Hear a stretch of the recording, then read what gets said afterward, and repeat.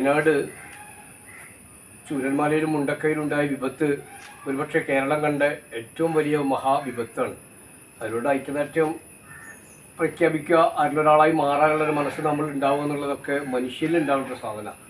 അലിവ് എന്ന് പറയുന്ന ഒരു സാധനമുണ്ട്. നമ്മുടെ ഉള്ളിൽ അലിവ് ഉണ്ടാവണം. എന്തെങ്കിലും വിഷമം ദുരന്തമൊക്കെ അറിഞ്ഞാൽ ഒരു ഇരുട്ടി കണ്ണീര് നമ്മളെ കണ്ണിൽ പൊടിയാതിരുന്നാൽ നമ്മൾ മനുഷ്യരല്ല എന്നുള്ളതാണ്. അതായത് മനുഷ്യനായ നമുക്ക് അവരൊക്കെ നാളെ ഈ സ്ഥിതിവിശേഷം നമുക്കുണ്ടാവും എന്നുള്ള ചിന്തയൊക്കെ നമ്മൾ ഉണ്ടാവുക, അവരോടൊക്കെ ഐക്യദാർഢ്യം കാണിക്കുക, അവരോടൊക്കെ സ്നേഹം പ്രകടിപ്പിക്കുക, അവരുടെ വിഷയങ്ങളിലും ദുഃഖത്തിലും നമ്മൾ പങ്കാളികളാവുക. ഇത്തരുണത്തിൽ എന്ത് സഹായം ഉണ്ടായാലും അവരുടെ നഷ്ടങ്ങൾക്ക് ബദലാവില്ല. നമ്മൾ എന്ത് കൊടുത്താലും അവരുടെ നഷ്ടങ്ങൾക്ക് പകരം വെക്കാൻ നമുക്ക് കഴിയില്ല.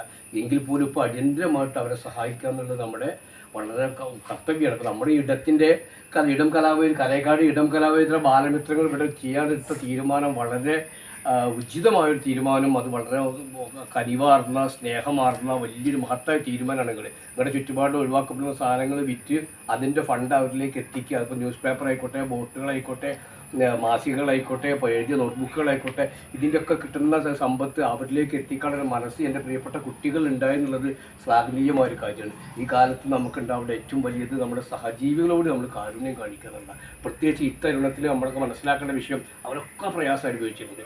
മാനസികമായിട്ട് നമ്മുടെ കുട്ടികൾ ഒട്ടേറെ സമ്മർദ്ദം അനുഭവിച്ചൊരു വിഷയമാണ്. നമ്മൾ കാണുന്നതും കഴിക്കുന്നതും മാത്രമല്ലല്ലോ നമ്മുടെ ഉള്ളിൽ തട്ടുന്നത്. അപ്പോൾ നമ്മൾ അവിടെ കണ്ട ഫീലുകളൊക്കെ നമ്മുടെ ജീവിച്ചിരിക്കുന്ന ബാക്കിയുള്ള ആളുകൾക്ക് ഭയങ്കരമായ പ്രയാസം ഉണ്ടാക്കും.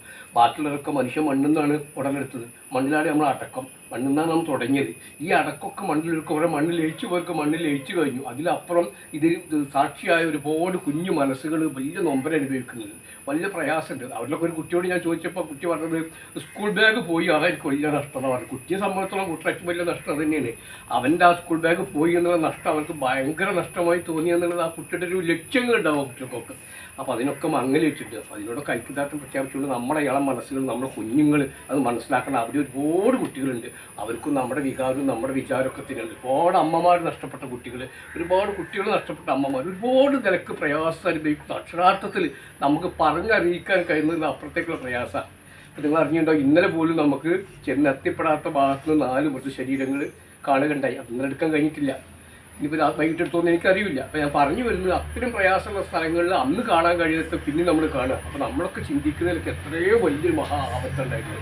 നമ്മളെപ്പോഴും ഒരു വിഷയം ഉണ്ടാകുമ്പോൾ നമ്മൾ അവിടെ ആളായിട്ട് കാണണം. അപ്പോൾ ഞാനതിന് പറ്റില്ലല്ലോ എന്നുള്ള ചിന്ത ഒരിക്കലും മനുഷ്യരിൽ ഉണ്ടാവാൻ പാടില്ല. അപ്പോൾ ഞാൻ നാളെ എനിക്കത് വരേണ്ടതല്ലേ എന്ന് ചിന്ത ഉണ്ടാവണം. അതുകൊണ്ട് നിങ്ങളെ ഈ പ്രവർത്തനം ഏറെ ശ്ലാഘനീയമാണ്. ഇങ്ങനെയുള്ള കുട്ടികൾ നാടിൻ്റെ കരുത്തും കാവലുമാണ്. ഇത്തരം മനസ്സുകൾ നമ്മളുണ്ടാവുക, മറ്റുള്ളവരെ സഹായിക്കാനും മറ്റവൻ്റെ കൂടെ ചേർത്ത് നിൽക്കാനും നമ്മളെല്ലാവരും ഒന്നാണെന്നുള്ള ബോധ്യം നമുക്ക് ഉണ്ടാവുക എന്നുള്ളതൊക്കെ വലിയൊരു അറിവാണ്.